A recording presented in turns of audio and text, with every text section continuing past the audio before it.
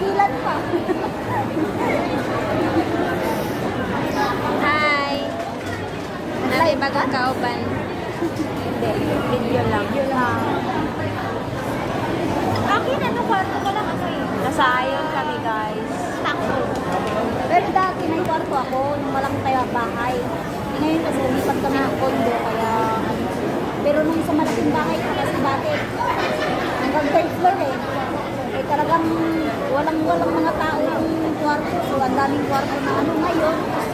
Wala nang kwarto, kaya walang dati trabaho. Ha?